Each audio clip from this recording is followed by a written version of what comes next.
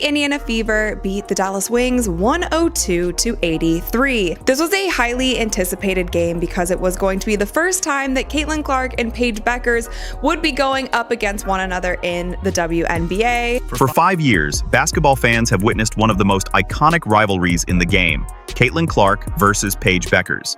Two high school stars who took different paths, Clark to Iowa and Bueckers to UConn. Clark consistently dominated their college matchups, particularly in the NCAA tournament. Critics like Geno Auriemma even doubted whether Clark could maintain her success in the WNBA. However, last night marked their first professional showdown when the Indiana Fever faced the Dallas Wings. But what unfolded wasn't just a game, it was Clark making history in a way only she has managed to do, and twice at that. If you're eager to find out about the record she shattered that night, drop a CC record breaker in the comments. Let's dive in.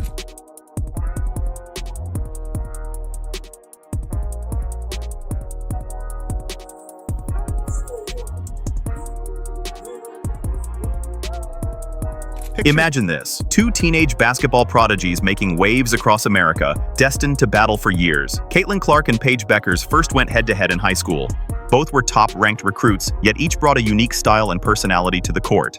Clark was known for her explosive scoring, exceptional passing, and deadly three-point range, while Bueckers stood out for her smooth efficiency, precise mid-range game, and court vision that rivaled Clark's. Hey, Caitlin. You've known Paige since middle school, AAU. You guys were on the U19 World Cup team together.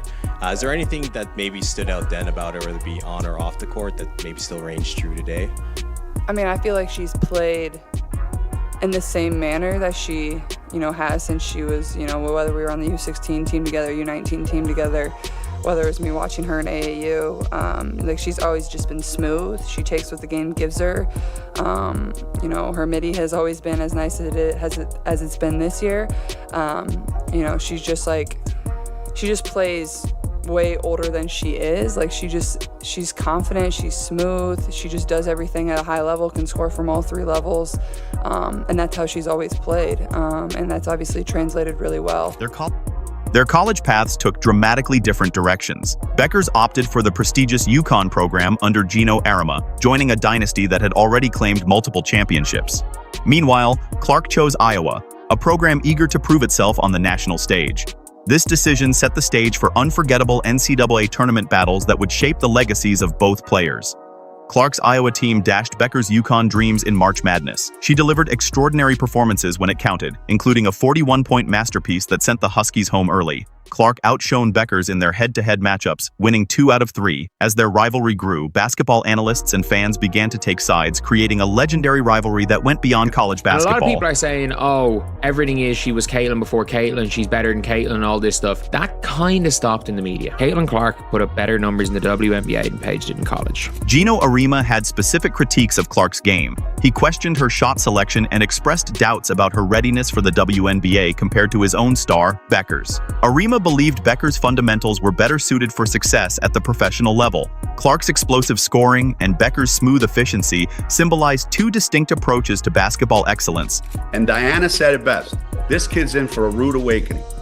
And they all jumped over her, but they didn't read the whole thing that she said. But nobody's printing, Diana Taurasi was right.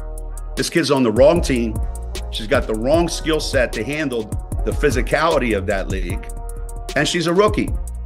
And if you're a WNBA player, if you're any kind of player, you're going to say, I'm going to make a statement. Both players declared for the WNBA, and fans eagerly anticipated when they'd finally face off as professionals. The stage was set for their first WNBA matchup, with Clark holding a 2-1 advantage from their college encounters, but now facing new questions about her game at the pro level. The excitement was palpable, with ABC broadcasting the game nationally, aware that this matchup would attract viewers from all over the country. Clark's recent struggles with the Fever made this game even more significant for her reputation. Talking to our player development coach yesterday, and he was just sent me a few things of even Steph going through a slump. I think he was 27 for his last 70 or something like that. The best in the world go through it, and I think that's where you can find your confidence. And I think the thing I always fall back on is like, I know how hard I've worked, so this isn't something that's going to last, and the best players in the world go through this. So I feel like I'm getting good shots, and I think that's why it's frustrating, because those are the shots that I make. But here's where things take an interesting turn.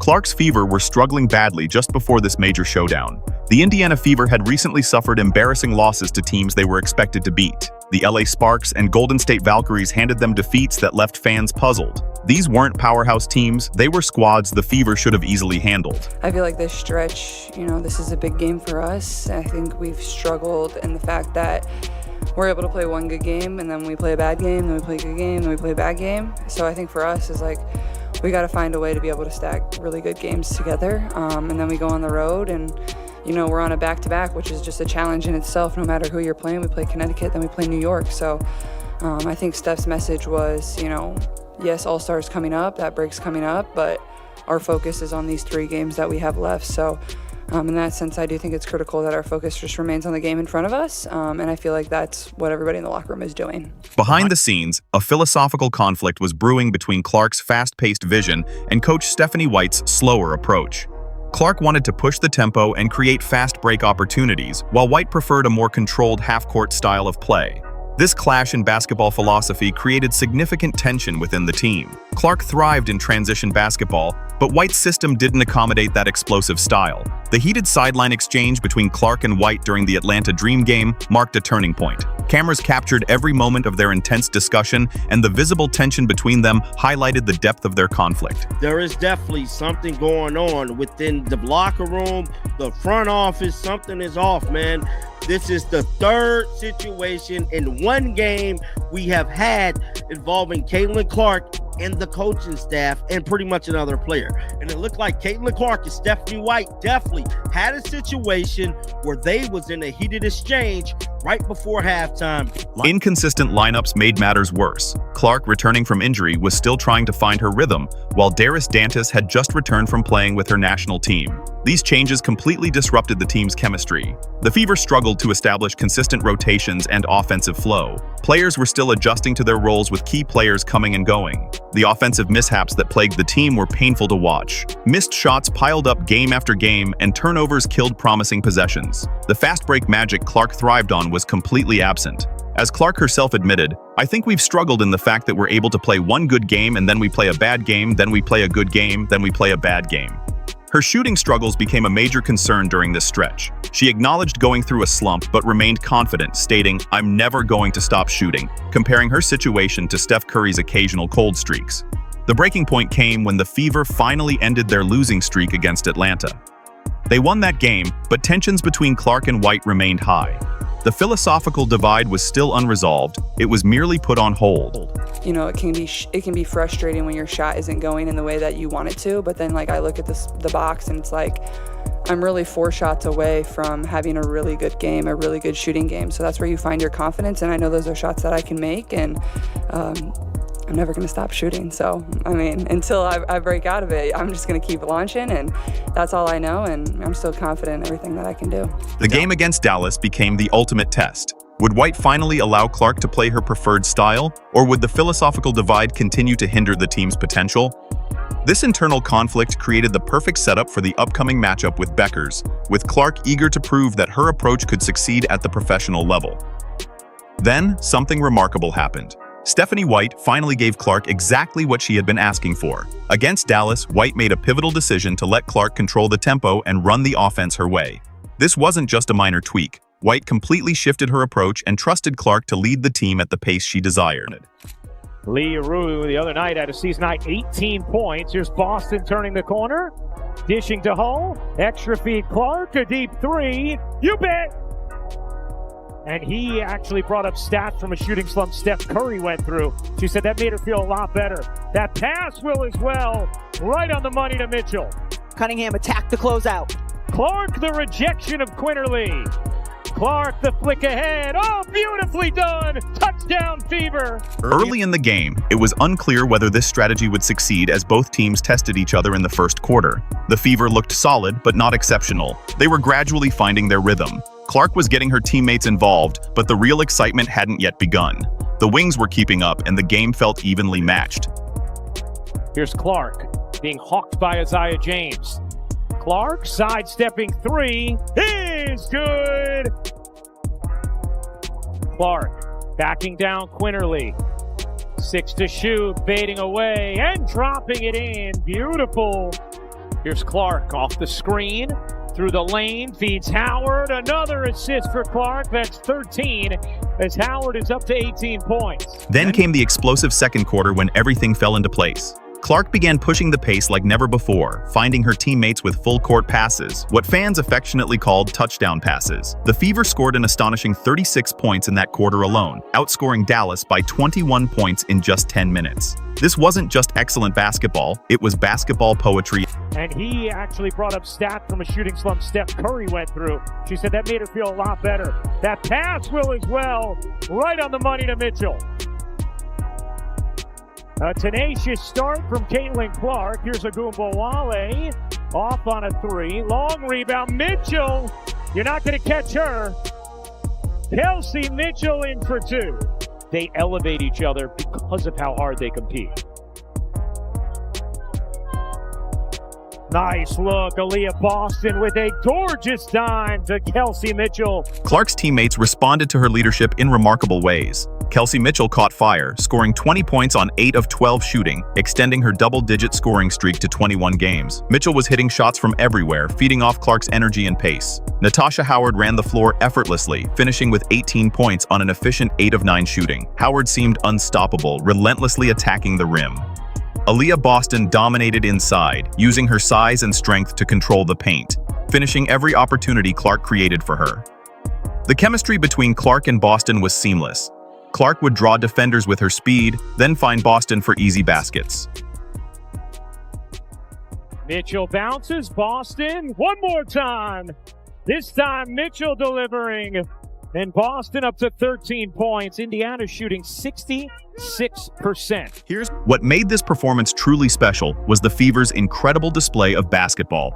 They scored a franchise record 64 points in the first half, playing the most beautiful basketball they had shown all season. This surpassed the previous record of 63 points set in 2016 against the New York Liberty. The 64 points also marked the highest scoring half by any WNBA team during the 2025 season. The Fever recorded 30 assists, tying a franchise record, with 13 of those coming from Clark. This demonstrated her ability to elevate those around her when given the freedom to lead. Clark wasn't just scoring, she was making her teammates better. The ball movement was exceptional, with every pass purposeful and each possession feeling dangerous. Sophie Cunningham provided the perfect spark off the bench, adding another scoring threat that made the Fever unstoppable. Cunningham scored 13 points, including a driving layup that helped her reach 1,500 career points. Her energy and shooting ability gave the Fever another weapon that Dallas couldn't handle. Cunningham the rebound. Cunningham swiftly up the floor, finds Howard for two. Sophie Cunningham making a huge impact off the bench, and Dallas will take a timeout. In this lineup, Natasha Howard is the quickest post player on The Fever's 36-point output in the second quarter tied for the third most points scored in a single quarter in franchise history. The team shot an incredible 76.2% from the field during this period. They went on a scorching 33-9 run that lasted nearly 8 minutes. The Wings had no answers for this pace and energy. The game quickly turned into a blowout as Dallas couldn't keep up with Indiana's tempo and intensity. The Wings appeared tired and disoriented, unable to match the Fever's transition game. Clark's vision of fast-paced basketball was working perfectly at the professional level. This wasn't just a victory, it was proof that Clark's fast-paced style could dominate at the professional level. White had finally unleashed the beast, and the results were historic. Good dub. 2 in a row. 2 more to All-Star. Let's go. W. Fever does. You already know what's coming. Bow, bow, bow. On to the next. Hell yeah! Can you use that one? Let's go, baby. W. Now we gotta go get another change. But here's the moment that will be remembered forever. Clark didn't just win, she made WNBA history. While dominating the game, Clark was quietly compiling a stat line that had only been achieved once before in WNBA history. She was doing it all on the court, scoring when necessary, and setting up her teammates flawlessly. Then, something special started happening on defense. The numbers were steadily adding up. Clark had 14 points, showing she could score efficiently without forcing shots. She had 13 assists, proving she could elevate everyone around her. And then the defensive plays began to pile up. Clark was reading passing lanes like a mind reader, anticipating the Wings' next move before they even made it. Bounce. Clark backing down Quinterly. 6 to shoot, fading away and dropping it in. Beautiful mid-range fadeaway from Caitlin Clark. Here's the exact moment that made history. Clark recorded her 5th steal of the game, completing a stat line of 14 points, 13 assists, and 5 steals. This achievement made Clark the only player in WNBA history to reach this specific combination twice in her career. She now stands alone as the only player to post this stat line twice in an individual game. But Clark's defensive impact went far beyond those 5 steals. She also recorded a block that immediately led to a fast break assist to Sophie Cunningham. This play highlighted her exceptional court awareness and ability to create scoring opportunities through defensive plays. She was disrupting the Wings' offensive flow with her anticipation skills. Every possession felt dangerous when Clark was on defense. Cunningham attacked the closeout. Clark, the rejection of Quinterly. Clark, the flick ahead. Oh, beautifully done. Touchdown, Fever.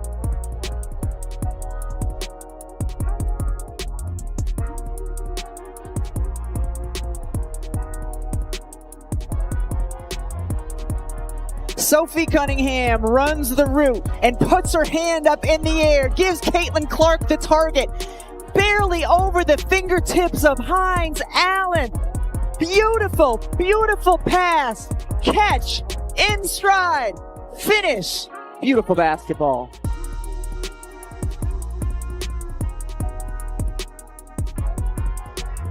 Paige Bueckers and the Wings had no answer for Clark's all-around performance. The most telling statistic was Aurique Unali going 0 for 10 from the field, finishing with just 2 points.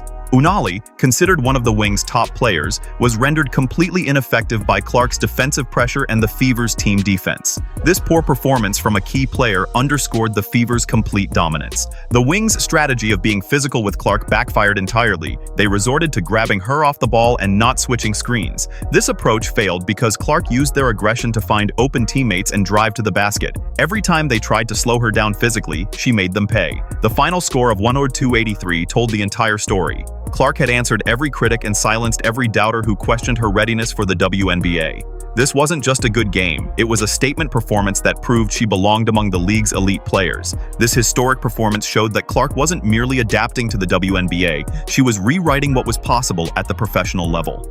The rivalry with Bueckers had entered a new chapter, and Clark had written the opening pages in dominant fashion. I feel like this was one of their best games as far as playing Fever basketball, which is a fast-paced style of basketball. They played Fever basketball for, I would say, about 75 to 80% of the game, and we have obviously seen this style of basketball, the style of basketball that we all know and love from the Indiana Fever, but we have only really seen it in short spurts. There have been so many games and so many times throughout this season where it feels like the Fever system is a slow down basketball type of system. Their offense wasn't running smoothly, but in this game, they were playing quick. They were moving the ball around. They had so many points off of the fast break. The prophecy is now fulfilled. Clark has proven she belongs among the WNBA's elite, while making history in a way only she can claim. This dominant victory over Bueckers and the Wings demonstrates the Fever's true potential when Clark is given the freedom to play her style of basketball. Franchise records fell, individual achievements piled up, and most importantly, the team chemistry finally clicked when White trusted Clark's vision. With the second half of the 2025 season approaching and this rivalry just beginning its professional chapter, basketball fans have every reason to be excited for what comes next. The Fever face tough road games against Connecticut and New York ahead. If you're excited about the Fever now that Clark is back, comment CC Record Breaker, like, subscribe, and turn on notifications so you never miss out. Click the video on the screen and we'll see you in the next one.